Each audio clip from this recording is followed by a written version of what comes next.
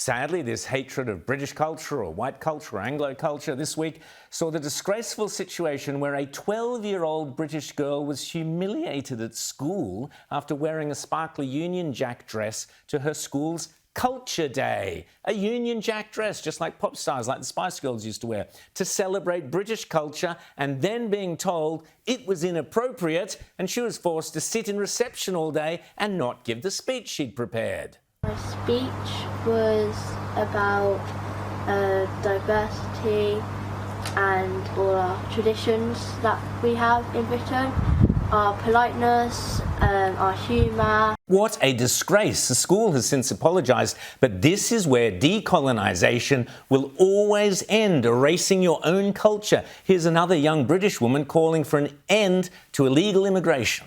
You seriously must be on the upper echelons of naivety if you think these fighting age men crossing the channel are here to adapt and assimilate into our way of British life.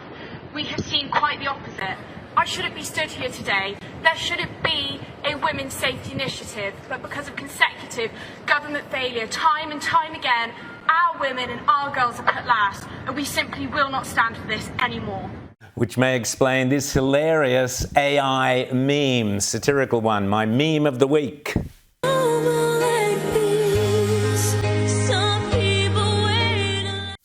But still, the decolonise insanity that has gripped the UK now extends to decolonising fishing. According to the UK Telegraph, Britain's North Sea fishermen are set to be decolonised. The Telegraph claims the Grimsby Fishing Heritage Centre has a museum and it's dedicated to Grimsby's fishing heritage, but it's now seeking to address the possible links between this heritage and colonialism and racism.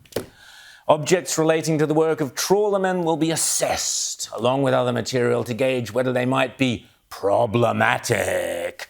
Connections to slavery will be highlighted, and the Grimsby Fishing Heritage Centre will also seek to include more information relating to those from diverse backgrounds and protected characteristic groups.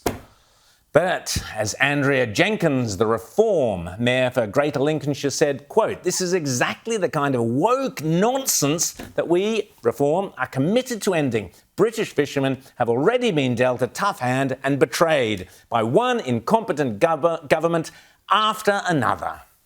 Quote, "The people who built this country, our builders, fishermen, military personnel, teachers and doctors, deserve the highest respect. The growing sense of guilt and lack of patriotism plaguing Great Britain must be reversed."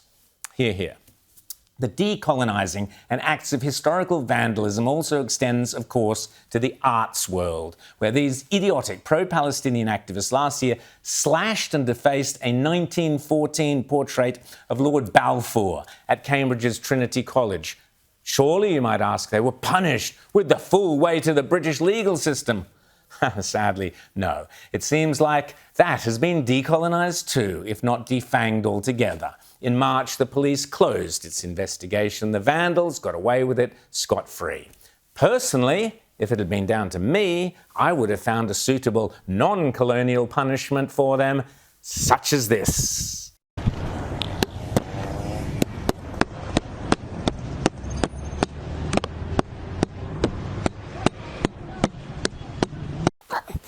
I've always said you can judge the legitimacy of a political cause by the quality of the music it inspires, which is why those same pro-Palestinians appear to have a natural affiliation with the lowest and most tedious form of music known to mankind, rap music, as they use its moronic, monotonous tones to preach their hatreds, in this instance calling for brands with connections to Israel to be boycotted.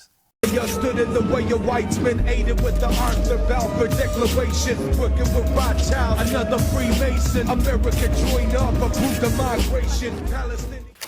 Oh, wow. Cool, man. Yeah. Now have a listen to the sublime music and comedy of these two Jewish men, Adam and Eyal, confronting the same vile hatred with humour, talent and beautiful harmonies. It's a bit scary to be a Jew today.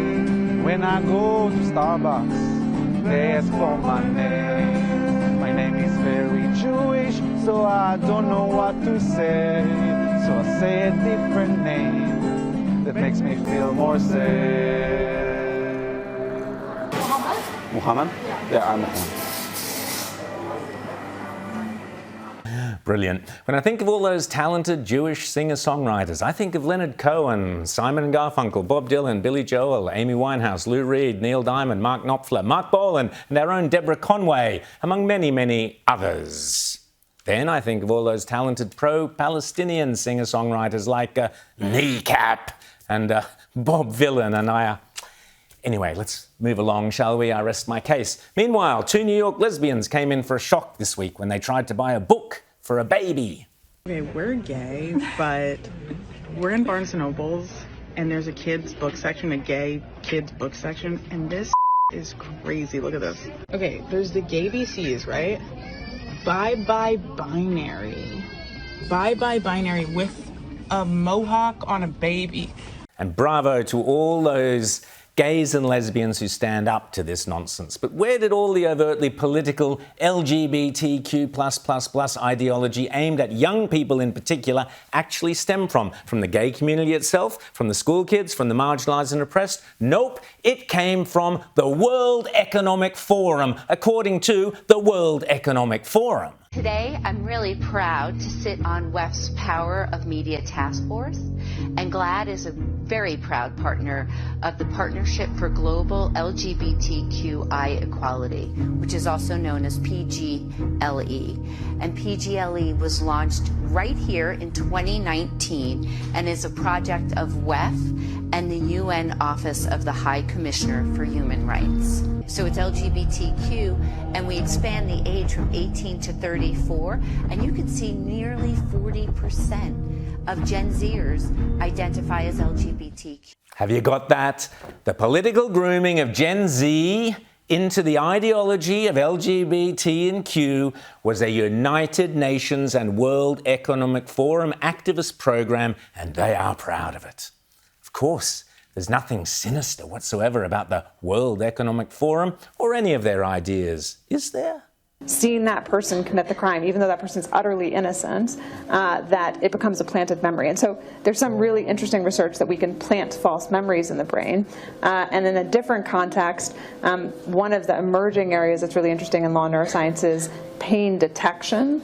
And once we understand the circuitries that cause pain, I guess the question is, could we then instill pain and use that in many coercive measures in the legal system as well? So. Wow, that's amazing.